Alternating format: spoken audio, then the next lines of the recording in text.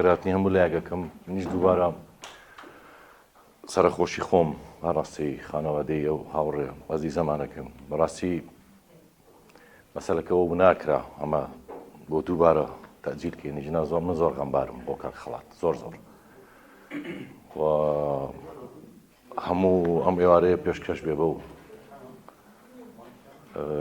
ئەمە هەنێک سوپرایزێکی خۆشمە بوو عەتای ڕەفیقم هاتەوە کاک عەتای خۆشەویستی ڕۆمانوس بەخێر بێتەوە زۆر خۆشحاڵم بە هەموو شتان هەندێک ملاحەزە و تێبینی مێ لەسەر ئەم تەکستەی منەی خوێنمەوە لە ڕاستیە من شاعر نیم من نووسەر نیم ئەمە پرۆژەی نووسینی هەوڵێک بوو بۆی کە سیناریۆیەک بنووسم لەسەر چەمکی عەشق لە ناوەوە هەردوو مناقەشە گەورەکەی کە ئایا پێکەوە بوونە یا پێکەوە نەبوونە بەڵام فەشەلمێنە لە سیناریۆکە لە کاتی کۆڕۆنایان تێکستەم نووسی هەندێک جار بۆ هەندێک هاوڕێم لە دانیشتنە تایبەتەکانە خوێنەوە بەلایەنەوە پەسەند بوو بەلایەنەوە جوان بوو مێهرەش بۆ ئێوەی خوێنەوە لەبەرەوە لەسەر منی حساب نەکەن وەگەوەی من دەستم کردووە بە ئەزمموی شعریم یا تەجروبەی شعری مەمانە نا من مجرد هەستێکی خۆمەی خوێنمەوە بۆ دنیایەک شێوازی شعر نووسینی تیا ینی شوێنی تیا ئازادە شوێنی تیا قافیە نازانم چکە من شاعر نیم بەڕاستی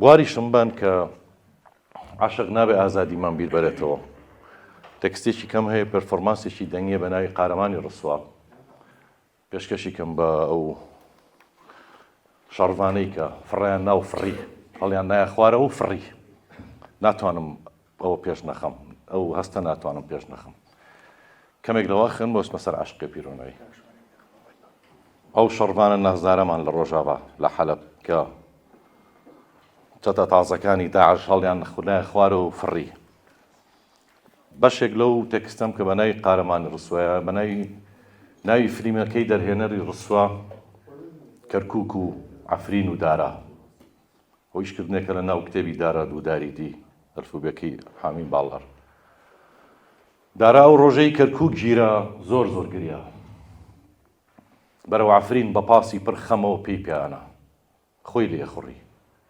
هەموویانی لەگەڵ بوو ئازاد و نازێ زەینەب و زۆرات نەسرین و بابە گەلاوێژ و چالاک دارا بە گریانەوە وتی کاکی شمشاڵژەن کووە مامۆسا باڵار کووە باڵم بنێ باڵم شکا دارا ئیستە پیر بۆ مامۆسا باڵار دارا هێلانەکەی سوتا و لەسەر دارەکەەوە کەوتە خوار دارا دوو داری نەدی ئیستە ئەو ئاوارەیە و لە ناو کەمپەکانی ئەوروپایە و هاوارەکە و ئەگری هاوارەکە شتێک ماوە تاڵانی کەن ئەلفوبێکی باڵار و ڕەجی دار و باخی سێوەکانیشتان نەدزی داراتون پاسەکە لێ خوڕێ و بە خەیاڵی جارانەوە بەرەو عەفرین ئەفڕی دارا بە غەمژینی گۆرانی خۆی ئەوت خۆ دوودارەکە گەورە نەبوون ئەیوازیەکانی زارا بۆ ون بوون دادە ئەوە ڕاوە دادە نەک دۆکەی تۆ خوێن ڕژاوە سەرچاوی کان و ئاویش چێر کراوە ئەها زریزەکەی زارا بچڕاوە ئەی خودایە من بۆ حرفی مەکتەبی خۆم بیر نەماوە بۆ مانای وانەکان هەر هەمووی گۆڕاوە زەردە وا ڕاوە دار مەڕوێنە زەوی بۆ دار کوانێ ماوە داری باخم خۆی شکاوە خوری مەڕە زەرد سوتاوە مێوژی نایاب دزراوە مامە زۆراب بە سەبەتەکەیەوە خنچێنراوە کوانێ زەینەب کوانێ زەینەبیان برد بەو خۆیە لەو ڕقەیە سکیان پڕ کرد بە هاش و هوشی مێدیاکان ڕویان ڕەش کرد مامۆستا زەینەب دەمێکە دزراوە ئەی لە کوردان وای لە کوردان زەیتونی عەفرینیان برد مێوژەکەی زۆرابیان دابەش کرد گۆڕایەوە بە نەوت و بازار و کۆنکرێت وای لە کوردان قەڵای شەرم و ڕسوایی لەم شارانە هەڵچەندراوە بەبەی زەینەب قاچی چەپی دەرهێنراوە زەینەب تا توێ بە شانی ڕاستیەوە بوو نەخشەی کۆنی کوردستانێکی گەورەی پێوە بوو فیشەکەکە دابووی لە ناوجەرگەی نەخشەکە خوێنی لێ چۆڕی وێنەی مەدالیاکەی ملی دایکی بوو پێیەکەنی مەڵێ وز بە مامۆستای بن، مەڵێ وز بە شەڕەمریشتێکە لەو ناوە، پشتی کورد و بلوێری شوان پێکەوە شکاوە. ئەوە دیسان گڤگڤا بادێ و گوڕگوڕە کوژێنێتەوە، باغی سەوزی زەیتون ئاوای عەفرینە بڕێتەوە، ئەسپی سووری هیلالی شیعی و ڕەنگی سپی مانگی سوننە دەرگای ڕقی ئەکرێتەوە. دیسانەوە دەرگای مۆرا و شەرەفی ئەزنەبیەکان بەسەر کوردی خۆخۆرە قفڵەیرێت و ناکرێتەوە. زۆر بە سادەی مامۆستا شوشە شیرەکەی بەبێی زەینەبیان دزی، تۆپەکەی فوتبۆڵەکەیان تەقان، پشەسپی و سێ سەگەکە و کۆتر و ڕیشۆڵە و کەڵەباب و قاز و جوجەکان و ورچ و گابەڵک و عەلەشیش و قەلەڕیشیان بردەوە بۆ ئیزمیر و جنوب بە نرخێکی زۆر زۆر هەرزان، وەک زەیتونەکەی خۆراوە، وەک زەیتونەکەی خۆراوە بەرامبەر دوو بەرمیل نەوتی بێکوالیتی کڕی. منیش هاتمەوە هیچیان نەیامێ و دارا شەرەگری و هەرەگری. دارا ئیستا گەیشتە نزیک عەفرین و دەرگاکان داخراون، بە عەرەبی و ئینگلیزی و بە فارسی و ڕووسی و بە تورکی و کوردی پێڵێن ناتوانی بیتە ژوورێ مەخلوقی سەرزەمینەکان، کتێبەکەت فرۆشراوە. بۆ گەڕانەوەش بۆ کەرکووک پاسەکەی دارا چۆڕ ڕێبانزینی تیانەماوە. داراش هەرەگری و هەرەگری و هەرەگری. زۆر سوپاس.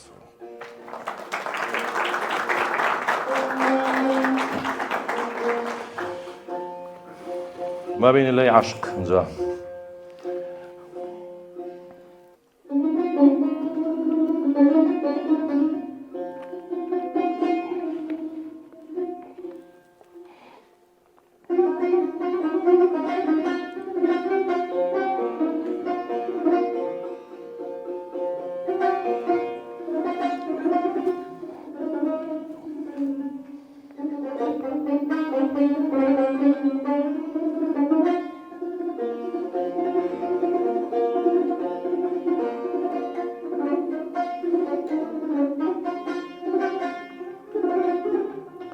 عشقی ئەپیرۆنایی، شەش تەبەقەی عشق. قوتابخانەیەکی تر دەربارەی عشق و عاشقان. یەکەم، عاشقان چیانەوێت؟ لە دایکە بن و خواستی مەرجێکی شکۆداریانە، دێنە گۆ کەچی مەیلی ونبوونێکی لە ناکاو و بێدەنگی خۆیانە. هەناسەی سینەیان پڕپڕە لە بۆنی گوڵزاران کەچی هەر بانگەشەی سووتانی تریانە. دەبیستن ساز و ئاوازی ئەم وەرزانە کەچی هەرە خوازن سزای تامداری ڕۆحی عاشقانە و سەدای لەرزانەی دڵی تاسا و مەرجی مەردانەی عاشق و خنکان لەناو ئەو بەحری خەمانە.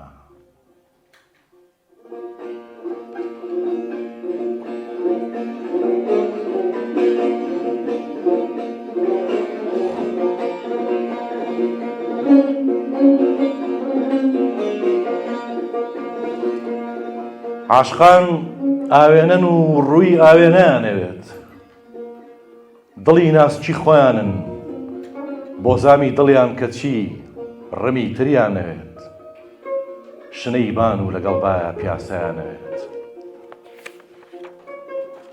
عاشقان عشقن و هەمان کات فەلسەفە و تەفسیریانەوێ، فەلسەفە و تەفسیریان ناوێ دەمێ، مەقامی خوداوەندی بوونیانەوێ. شعر و شاعریەت خۆیانن، هەر غەزەل و وەصف و عیرفان و شعری تازەیانەوێ. هیچن زوخاڵن دەربەدەر و بێحاڵن کەچی مڵک و ماڵی پەروانەیانەوێ. ئارامن و دڵنیا وەفا عەتری ناوجامی ئاوی لاڕی سەفەریانە، کەچی هەر ڕاکەڕاکی گەیشتی ناو ڕێگا و کووچەی پێچاو پێچی قەلەندەر بوونیانە. بۆ فریوی عاشقان و جەزبی دڵوا ماهیرن، هەر کە شاگرد دێ بەڕوودا ئەی بە مەکر و ساحرن.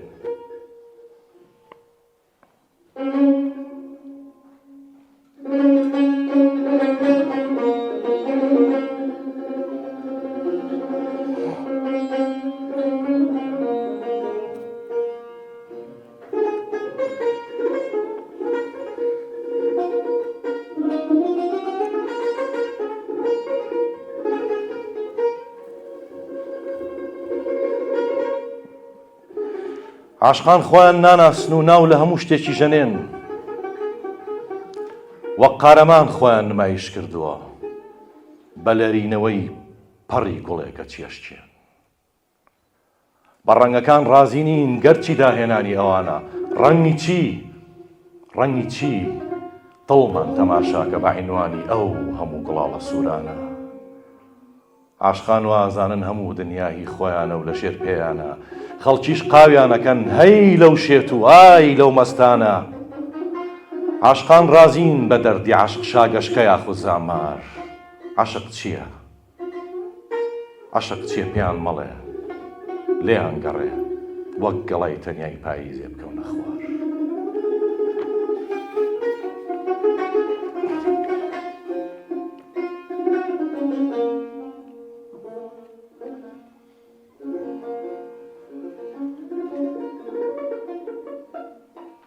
عاشق چییە؟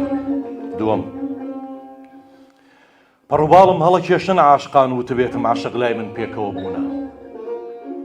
ئەممەنە دەستگە لە گورجی دارستان و جەنگەڵانە گەر بێژم، تلان و گلانە لە نێوچاوی معشوقەدا و ئاوێزانە پێکەوە لەرزینە پێکەوە سووتانە. عاشق چییە؟ هەر ئەوەنەی کە عاشقنی بە دەردی خۆ باش بزانە. وەڵامێکی زۆر ئاسانە. هەر هەمویان دێنە دەرێ، دێنە بەر ماڵ و کۆڵانم، عاشقانی زەمانی زوو شۆڕشەکەن لە سەربان و لە حەوش و باخ و هەیوانم. خەج و سیامەن، کێلۆپاترا و ئەنتۆنی، ئەسمەر و مامەر، ئەپۆلۆ و دافنی، شەهرەزاد و شەهرەیار، شاهجان و تەماز مەحەل، هەر هەمویان دێنە دەرێ. حافزم تێبەرێن ئەگەر بڵێم جودایی نیست. زۆڕهان مەکەن ئەگەر بڵێم جێژبوونی شەوانەی ناو زۆڵفە. تیرە باران مەکەن وەختی ئەڵێم نووسینەوەی ئەگریجێ بەو دەست و پەنجانە. ئەمکەن بە قولابی قەسابانە لاز و غەزال، ئەگەر بڵێم هەڵمژینی هەناسەی و ماچێکی شەرمنی ئێوارانە.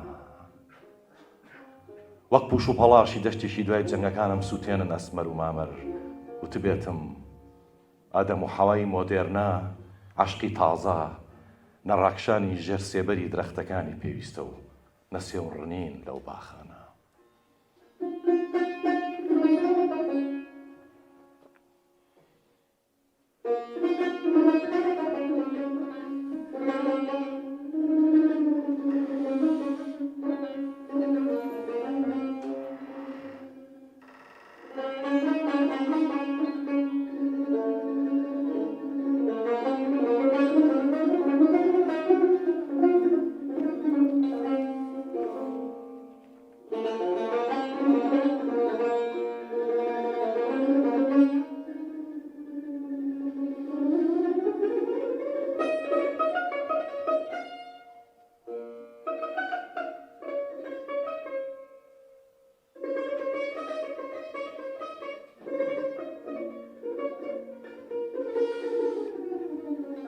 لەبەر تاق و پەنجەرەی شەمی وەلیدا وەک جاجمی شوانکاران ڕامەخەن، وتبێتم ڕاکشانە، ڕاموسانە، شەمی شەوان.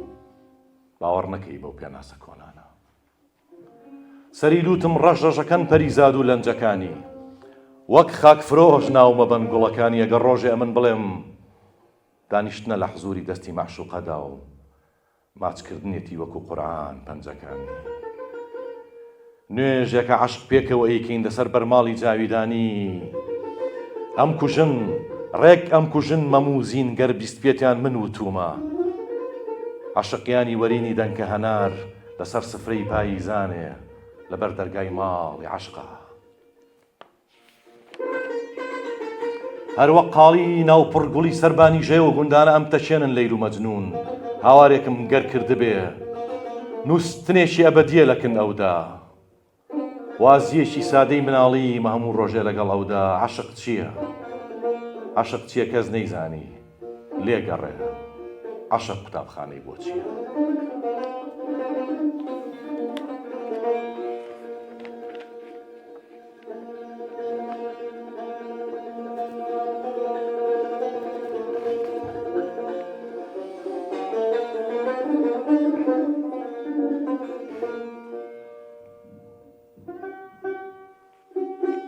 سێهەم کە عاشقە بیت.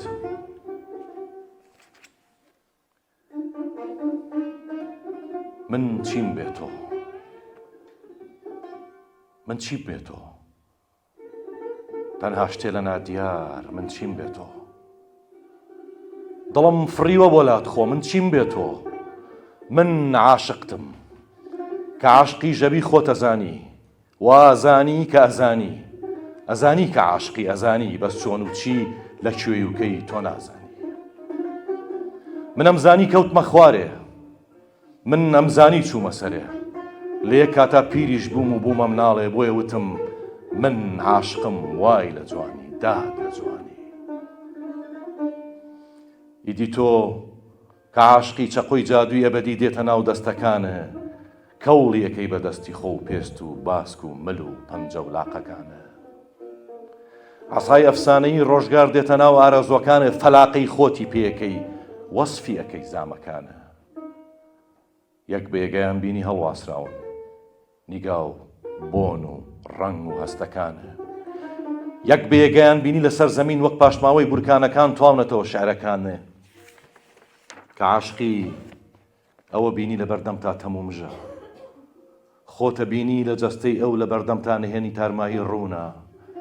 ئەوە بینی بەڵگەی ئاشکرایی ونبوونە، کە عاشقی خۆتە بینی پڕ لە ئەو.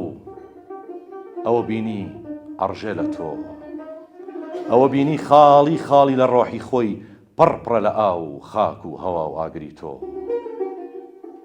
کە عاشقی تۆ نابینی وەلێ بۆ ئاوەڕێیەکەی بە جوانی. کە عاشقی تۆ نابیستی ئەی لە شێوە دێن ئەم سەما و ڕیتمانە بۆ جاویدانی. دەنگی گریان بۆ شەپۆ لە بۆ جیاوازی نۆتەی ئاوازی ئەو خەندانە، بۆچی ڕۆژی شەوت هەر وەک حاڵی ئاگردانە. کە عاشقی سنگە ڕوت ئامادە بۆ برینی دەستی گوڵان، کە عاشقی تۆ عارفی لە فڕیندای لەسەر قوبەی منارەکان.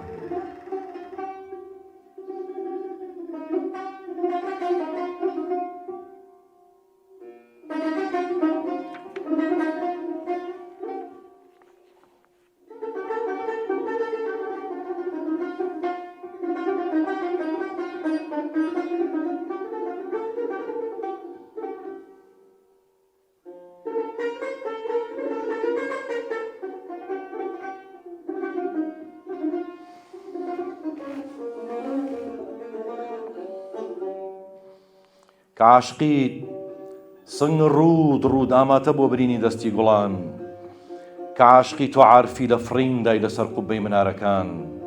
کە عاشقی تۆ تەنهانیت گوزەرەکەن بەناو دڵ تاشتەکان، نوحیت و کەشتی کراوەی بۆ ئاژەڵان، سولەیمانی بۆ تەیرەکان، محەممەدی بۆ ئیسلام و مەسیحی بۆ خاچەکان، زەرادەشتی بۆ خۆرەتاو و یوسفێکی زۆر نازداری بۆ کپی غەمباری قوڵی ناوبیرەکان.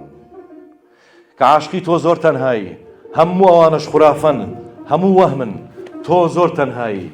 کە عاشقی سەجی تەنهایی نێو کەلاوە و کۆڵانی نێو شارانی، ماسیە شینەی تاکو تەنهای نێو حەوزی مزگەوتەکان و گۆزەی شکاوی ناو گەنجینەی بازاڕەکانی. کە عاشقیت خودا و پێغەمبەر، دکتۆر و حەکیمان، ئەفسانە و ئاینەکان، شاعیر و قافڵەچیان نەیانزانی بێ ئیمانی یاخ و کافر، نەیانزانی تۆ شەپۆلی دەریاکانی یاخ و پیری ئاخر. کە عاشقی خۆتت زانی ئەوەی زانی کەس نەیزانی، هەموو زانی ئەو نەیزانی خۆتت زانی. کە عاشقیت بەس عاشق بە و بەس عاشق بە و بەس عاشق بە و بەس عاشق بە. پیاوی بێعاشق کەوشێکی کۆنی فرەدراوە، ژنی بێعاشق گوڵی ناو باخێکی ژاکاوە. کە عاشقی تۆ زەمینیە خولەیتەوە و بێگاری لۆژ خولانەوە تەفسیر ناکرێ، مەحشەری گومڕایان وتیان ئەی بەبێ عاشق چێکرێ.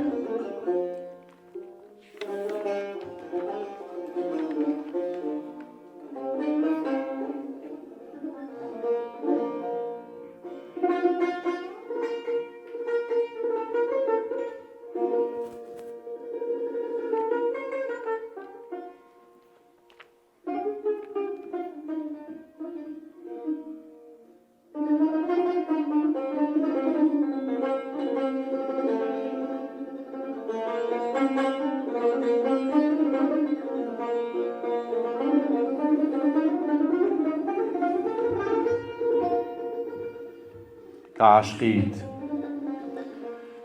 دەسەکانە لە باخچە ڕواون، قاچەکانە هەڵواسیوە بە هەوردا و سەرە و لێژانە ئەڕوانی، نەهەنگەکان چاوەڕوانی گرامێ زەعفەرانن بەدەستی تۆ، بولبولان چاوەڕوانی مەقامێکن بە قورجی تۆ، سوالکەرانی سەر شۆستە و شەقامەکانیش خۆشیانەوێی، گەر عاشق نیت مەترێ قوماشی بازەی بەختەوەریت بۆ نابڕێ، پەتپەتێنێکی کچانت پێ ناکرێ، لیمۆیەکی زەردێ پێ پاک ناکرێ، سێوێکی سەوزی پێگەیشتوت پێ ناخورێ، کە عاشق نیت گوڵێک چیە لە ئینجانە پێت ئاو نادرێ.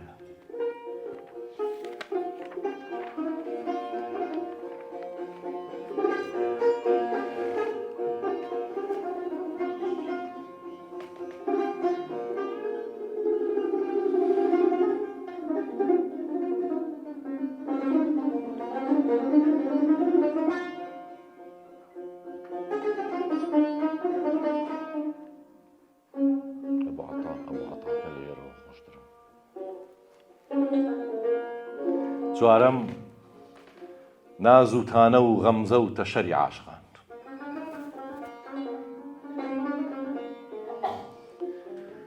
لە مابەینی من و ئەوە چی ڕوئەدا؟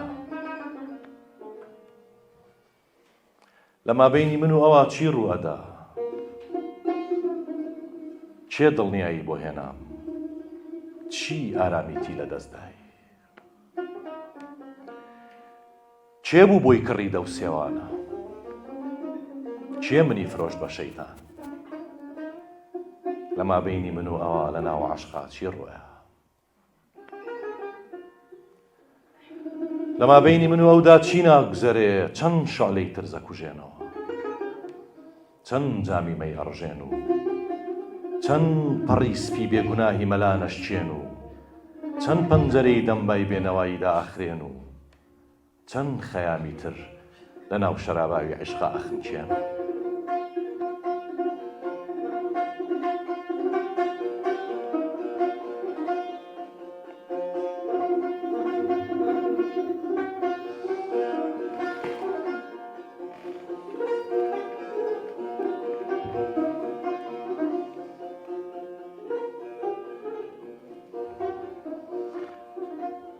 لە مابەینی من و ئەوە چی ڕووەدا؟ چێ دڵنیایی بۆ هێنام؟ چی ئارامیتی لە دەستدای؟ چێ بوو بۆی کڕی دە و سێوانە؟ چێ منی فرۆش بە شەیتان؟ چەند شعلەی ترزە کوژێنەوە، چەند جامی مەی ئەڕژێن و چەند پەڕی سپی بێگوناهی مەلا نەشێن و چەند پەنجەرەی دەمبای بێنەوایی دائەخرێن و چەند خەیامی تر لە ناو شەرابای عیشقا ئەخنچێن. لە مابەینی من و ئەوە چی ناگوزەرێ؟ پەشیمانی ئەو ساڵانەی بێ عەشقی تۆ گوزەرانم، خەتایەک بوو لە چاوی زەمانی ئەزانم، ڕاکردنم بەرەو کڵێساکەی ئەوینە، هاژە و هەڵپەی عشقی ڕوتم بۆ چاوانە، باش ئەزانم بیماری بیمار مەکائیتی، منیش ئەخاتە ناو کۆچی ئەبەدی سەرەڕۆیی وەک شەمس و لەگەڵ مەولاناش من لە ڕیزی پاکترین گوناهبارانم.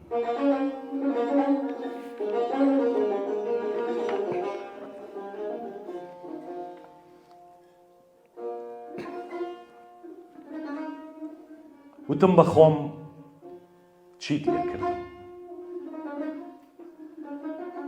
وتم بە خۆم چیت لێ کردم، ئەو مەخلوقەی لە ڕەحمی ژن دروسە بێ و دێتە دەرێ و پێی شوێن ئەگرێ و ناوی مناڵی لێنرێ، خۆی ئەیزانی؟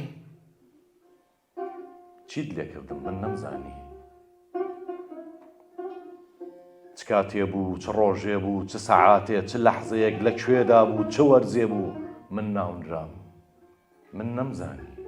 ئەوتی ئاوها عەشقم پێوەیدا، چیت لێ کردم؟ وتم بە خۆم هەتیوی بێچەتری بەرباران و پێپەتی و سوالکەری سەر شۆستەکانە کردم، چه ئینسانێ کە ئەخەوێ ساتی چاوچوونە ناو خەونی پێڕامەکرێت؟ کەسێک توانی ئاوها عەشقت لە تەواوما خوێنی هێنا، چیت لێ کردم خۆت نەتزانی؟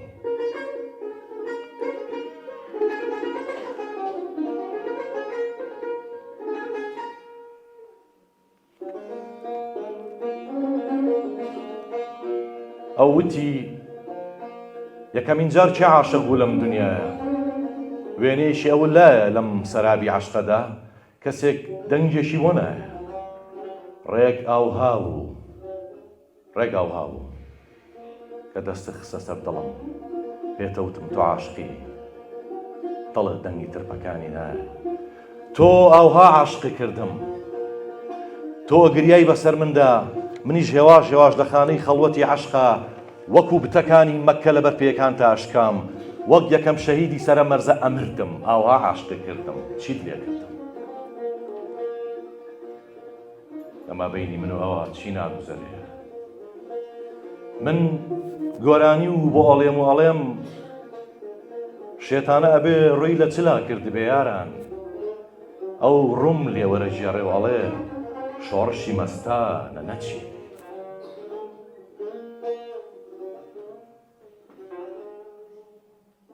بەخۆمم وت شۆڕبوونەوە و هەڵواسینم بەلاجان و پرچەکان تا پێقبوڵە، ئیتر مەڵێ چی لێ کردم. ئەوتی کەی دەیتەلام، دڵم بۆ نەقێمی شین بوو بە جێلاس، بوو بە ملوانکە و گەردانەکەی دەیتەلام، بوو بە تۆی چاوەڕوانی، بوو بە ماڵی تاکوتەنهای لاپاڵێکی ئەو گوندانە، کەی دەیتەلام دڵم دەرهات، کەی ئەم بەیتە ناو سەدەفی بەحرەکانە، کەیم خەیتە سەر هەورەکان، کەی بە عەشقی پەنجەکان هوبەلی ئەوین دروسەکەی لەلمی ئەو بیابانە، کەی دڵم دەرهات چیت لێ کردم. کەی لە جەندرمە و پاسدار و جوندی دووبارە ئەم دزیت و ئەم پارێزی، کەی لە دووکانی عەتاران وەک بۆنی مسچی دانسقە بۆ هەتایە ئەم کڕیت، کەی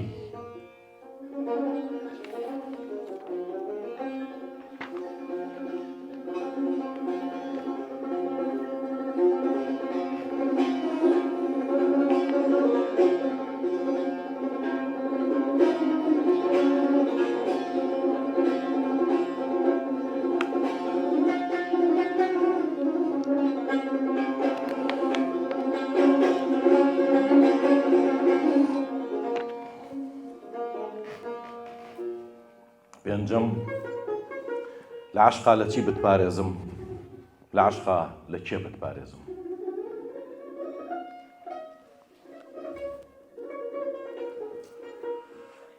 هەرەو شەوەیەت لایتەوە لە ناو عەشقا، بووی بە تارێکی هەرە کۆنی تاڵ قرتاو، هەرەو ڕۆژەی لە خەستەخانەی ئەوی ناڕاکشایت، بوویتە نەخۆشێکی باڵشکاو، هەرەو شەوە هەرەو ڕۆژە تۆ زوو زانیت ئاوازێکی ترسناکی، عەشقە توانێ بتژەنێت. هەرەو ڕۆژە هەرەو شەوە تۆ زوو زانی، تۆ مەرهەمی، تۆ زامی، تەنها عەشقە توانێ بتکوشێت. بم پارێزە لە دڵی خۆم، بم پارێزە بم شارەوە لە دەست و لە چاوی خۆم، بم کە کراسی پیرەژنان و بم خەباهۆڵی عەشقێ لەتلەتم کە، دابەشم کە لە ناویدا وەکو کل و سپیا و مێخەک هەڵم گرە. فێر بە لەم عەشقەدا چۆن بیان پێچیتەوە بۆخچەکانە، فێر بە.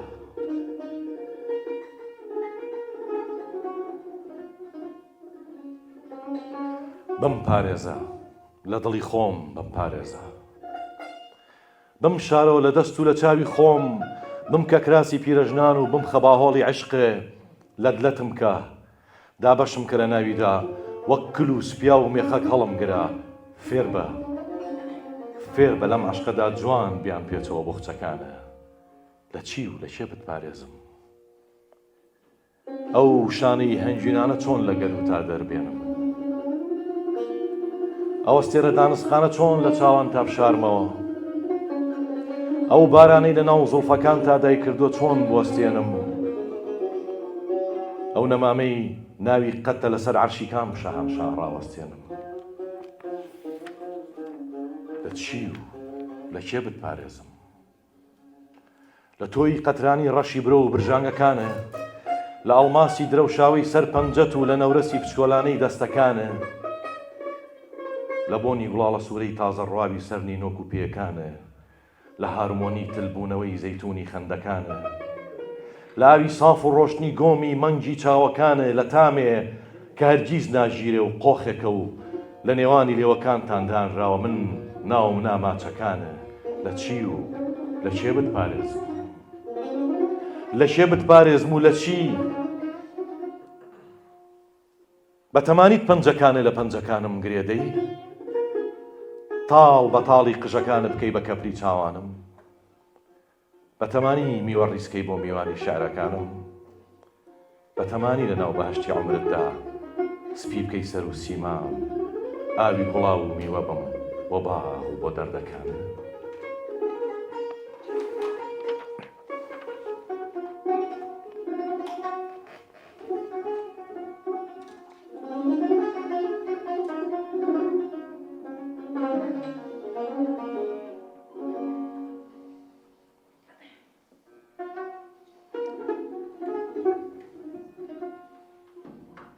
بە تەمانیت هاوینانەیە تۆ زیبانی ژێی بیماریمان ئاوپڕژێنکەی پاییزانێ بە دەستماڵی گەڵای ترسا و پاشی بکەمەوە شوشە و پەنجەرەی نیگاکانە بە تەمانی زستانانێ وەک ماڵە باجەنەی مناڵ دار بخەیتە ناواگردان بە تەمانی زستانانێ وەک ماڵە باجەنەی مناڵ دار بخەیتە ناواگردان حازریکی ناو شوێنە و کەلانە بۆم پسووتێنی کولێرە و نان بە تەمانی بەهارانێ ببێ بێری باڵا بەرزینێ و گوڵاڵان ئەمن بێژم و پچڕم وەک بولبولەکەی وێڵی گوڵستانە بەهاران بە تەما بووی عاشق بیت و نەلەنجیت و نەترازیت و چەقی گەردوونی ژەرخوو بیت بە تەما بووی عاشق بیت و نەتلێیتەوە عاشق بیت و ئازار نەخۆی لە ڕێزمانی زمانی عیشقا بەناو شەو پیتەکانە خوێنن نەڕژێ لە ماتماتیشی سووتانە بەسەر غەمباری و تاسایە دابەش نەبی ئارام بنووی ئازار نەخۆی بارن نەبێ باکن نەبێ جین و نەبی بۆ دیدارێ تاسەن نەبێ بۆ عیشقەکەت سڕ نەبیت و لەگۆکەوی سەمانەکەی وەک بالارین جامن نەڕژێ گوڵن نەمرێ وەک بالاتین حەو ڕۆژ نەبیتە زاهیدی دەشت و شێوان خەو بزڕێ سەر لە سوبحێ بانگی عەسرێنی وەشەوان دانەمرچەی زیێڕانەکەی وەک کەروێشی بەر تفەنگی ڕاوچیان زەهری پەرێشانی نەخۆیت ڕاون نەنێن گورگ و دێوان سەرێ نەبێ بە کۆدی نەکراوەی ناو مەحشەری فەیلسوفان شین نەژێڕی بۆ دەردی خۆت عاشق نەبی بە خەیاڵ و خەونەکان غەزەل نەڵی بۆ تەمەنی گرتێبەر بووت بۆ سووتانی کۆشکەکان کەی پارێزراوین و لە چی کەی پارێزراوین و لە چی فریوم خوارد بەم توایە لە ناکاوە عاشق بووم وجدانم بۆ گەڕایەوە ئیرادە هاتەوە ناوم عاشق بووم کە عاشق بووم زمانم بۆ شمشاڵەیە لە باخا بووی خۆم پێم وتی کە ئیلاهی ناو گوڵانی من شمشاڵی قەچکاو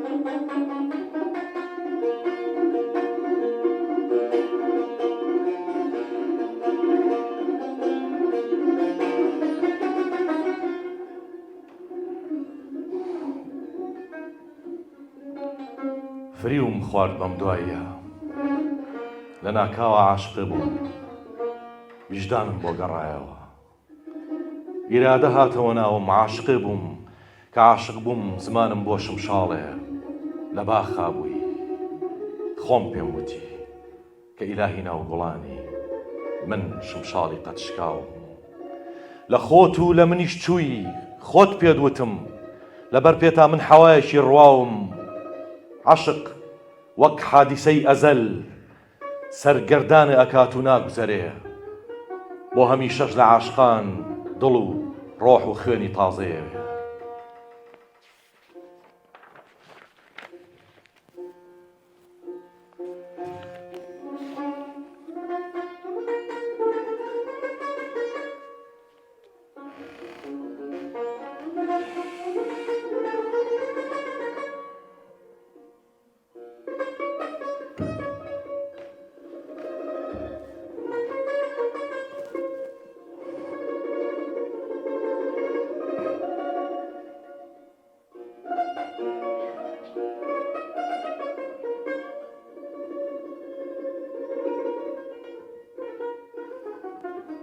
شەشەم کە عاشقی چیت لێ دێ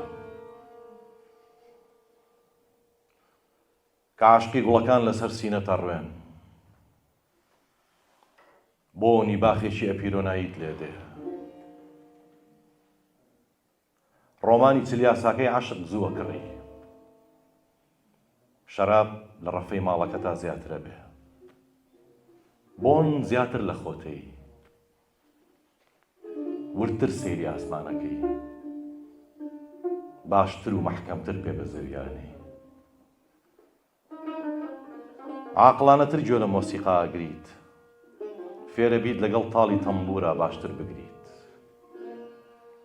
کە عاشقی لە نێوانی خۆت و خۆتا ئەو دانیشتووە ئەدەبیاتێکی تایبەت بە خۆتان دەست پێکەی توە نووسی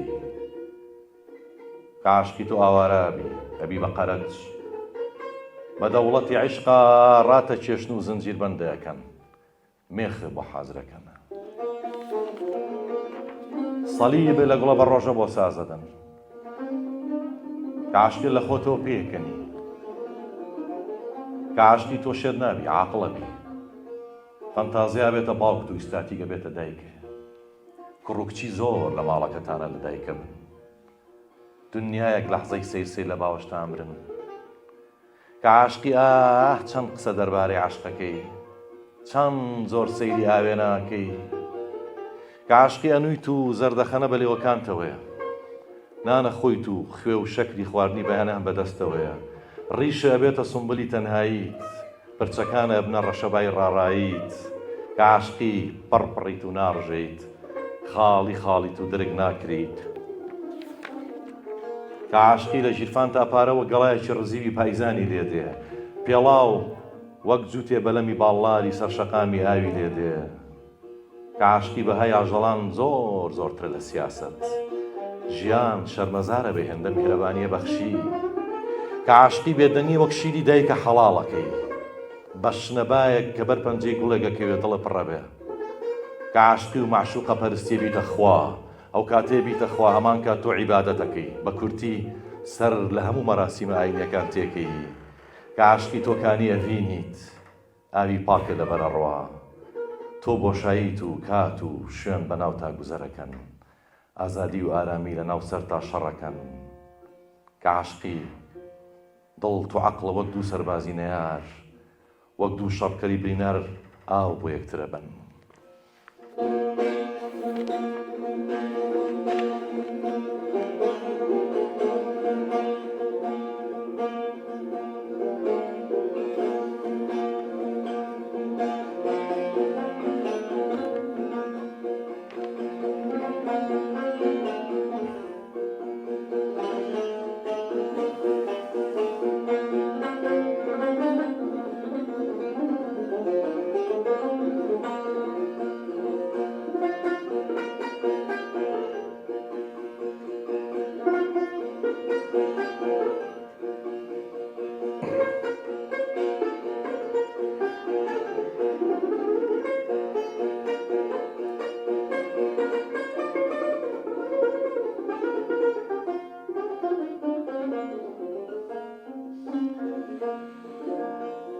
کە عاشقی تۆکانی ئەڤینیت و ئاوی پاکە لە بەرەڕوا تۆ بۆشاییت کات و شوێن بەناو تا گوزەرەکەن ئازادی و ئارامی لە ناو سەر تا شەڕەکەن کە عاشقی دڵ و عەقڵ وەک دوو سەربازی نەیار وەک دوو شەڕکەری برینار ئاو بۆ یەکتریە بن کە عاشقی تۆ پیرۆناییت باکە بە ترسی مردن نییە ڕووبەری زەمینەکانی زەوی زیاترە بن کاتەکان درێژترە بن کە عاشقی ئاگر یاخود نییە یا کە هەبوو ناکوژێتەوە هەورەکان یاخود نایەن یا کە هاتن بارانیان خۆش ناکاتەوە کە عاشقی ئەمەیانی سڵاوێکە ئیکەیت و هەرگیز جواب نایرێتەوە زۆر سوپاس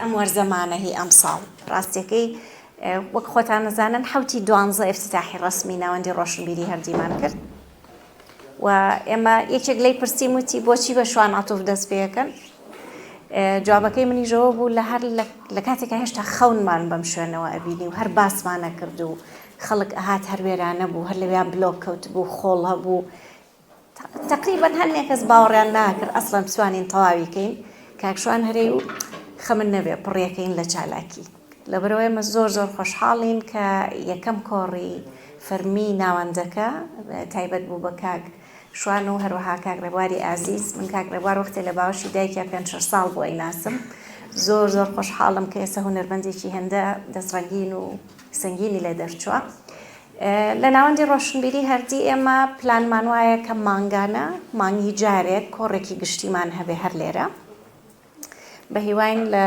قۆناغی داهاتووە لە نەورۆزا شتێکی تایبەتیش بکەین جارێ ئەلانی ناکەم بەڵام جگە لەوە شوێنێکە کە هیوادارم زۆربەی گەنجان و هونەرمەندان بە شوێنی خۆیانی بزانن پڕی بکەین لە چالاکی لە وەرکشۆپ لە گفتوگۆ لە خوێندنەوەی کتێب لە کۆڕ لە مۆسیقا لە چالاکی هونەری تر